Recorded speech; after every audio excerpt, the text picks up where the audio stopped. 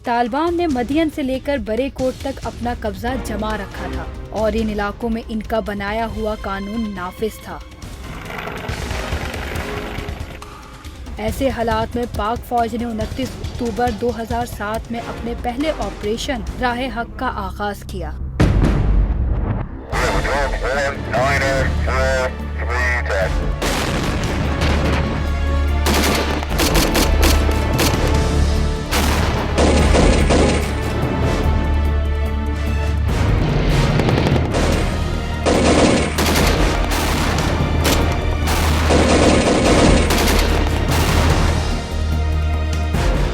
Captain Waqas जब 5th class का student था, उस वक़्त मैं जूनियर लीडर्स एकेडमी शनकारी में इंस्ट्रक्टर था, तो उसकी टांग टूट गई। तो ही स्टार्टेड वीपिंग कि मैं जो है ना, मैं आर्मी और या एयरफोर्स के लिए जो है ना, मैं अनफिट हो गया, मेरी टांग छूटी गई है। उसके बाद फिर उसका उन्होंने ऑपरेशन किया, ऑपरेशन करके उसमें रॉड डाला और फिर इस रॉड के साथ वो चला गया मिलिट्री कॉलेज जेल में चला गया। अपने आप पे इतना उसको भरोसा था कि वहाँ पे 4 साल उसने ट्रेनिंग की और हमेशा जो दौड़ थी ना, 5 मील की दौड़ भी क्रॉस कंट्री कहते हैं उसको, क्रॉस कंट्री में हमेशा वो फर्स्ट आया करता था।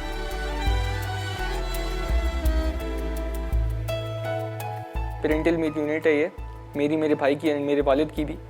ऑब्वियसली जो है एक प्यार हो जाता है एक यूनिट से जिसमें बचपन से आप जिसको देख रहे हो। सो यस, इंस्पिरेशन थी, दैट्स वाई वो मिलिट्री कॉलेज जेलम में गए और वहाँ से फिर केम टू पीएम में और पीएम से फिर इस यूनिट में आए। जब भी मैं नमाज़ पढ़ती थी तो आके आगे बैठ जाते थे, सम्मी आप दुआ करें कि अल्लाह ताला मुझे शहादत दे। तो बस फिर मैं यही कहती थी, मैंने कहा अच्छा बेटे अल्लाह ताला तुझे सुरखरू करे। और फिर आपको पता है माँ क्या कह सकती है। ये कौम, ये फ़ौज हक़ के रस्ते की तरफ गामज़न है। मुझे वो तमाम सवालात जो मेरे ज़हन में जन्म लेते रहे, एक ज़ाती मुशाहिदे ने उन तमाम सवालात का जवाब दे दिया और जिसने मेरे लिए हक़ और सच के रास्ते का तयन कर दिया। हमेशा स्माइल करते थे और गुस्सा नहीं करते थे, मुझे सबसे अच्छी बात लगती थी उनकी। सवात में दाखिल होने वाले पहले दस्तों में कैप्टन वक्कास भी शामिल थे। इन दिनों दहशतगर्दों की कार्रवाइयां अपने उरूज पर थीं। ऐसे हालात में कैप्टन वक्कास तकरीबन 1 साल तक जवांमर्दी से दुश्मन का मुकाबला करते रहे। 28 जुलाई को भाई ने फ़ोन किया था, रात के टाइम मेरे सेल पे फ़ोन किया और उस वक्त बहुत खुश लग रहे थे। बहन ने मुझे, छोटी ने मुझे पकड़ाया फ़ोन के, वकास का फ़ोन है, कहता है मैंने अम्मी से बात करनी है। तो फिर मेरी बात उनसे हुई। उस वक़्त जो उसकी खुशी की कोई इंतहा नहीं थी, खुश बहुत था। तो मैंने कहा बेटे आज आप इतने खुश क्यों हो? कहता है देखे ना अम्मी, कल तो मैं आ जाऊँगा ना।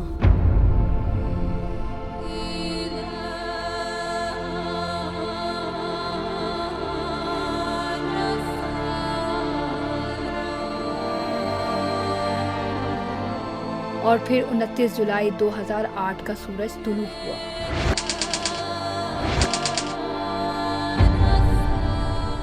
जुलाई की सुबह 5 बजे हम उधर इकट्ठे हुए, सारे फालन हुए। वहाँ पर उन्होंने सबसे पहले तलावत की, जिसमें उन्होंने सूरत खुद पढ़ी थी, ना तो ना कल कौसर। औज़ु बिल्लाहि मिनश शैतानिर रजीम, बिस्मिल्लाहिर रहमानिर रहीम।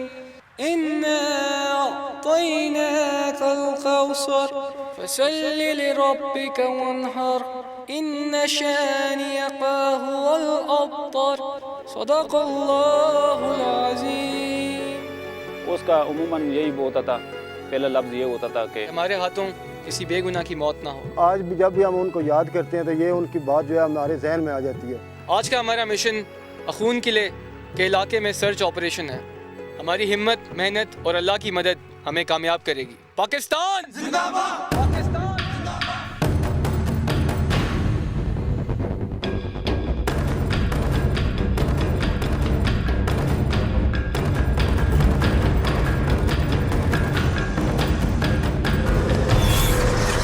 सब 40 पे अखून किले का एक गांव है, उसके इलाके में जब हम इन हुए तो हमारे ऊपर अचानक फायर शुरू हुए।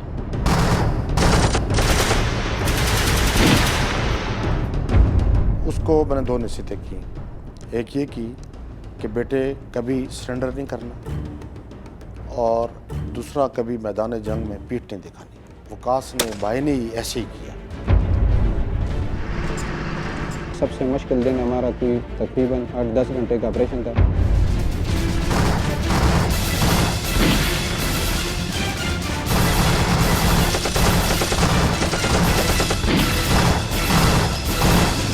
उनके साथ फायर शेयर हमने भी शुरू कर दिया, वो भी फायर करता रहे।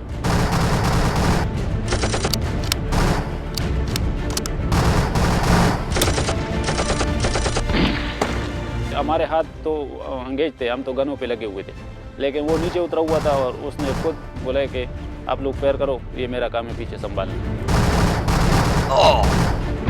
30 जुलाई को वी वर एक्सपेक्टिंग हिम वापस पहुंच जाएंगे घर। 29 को उनकी छुट्टी हो जाएगी।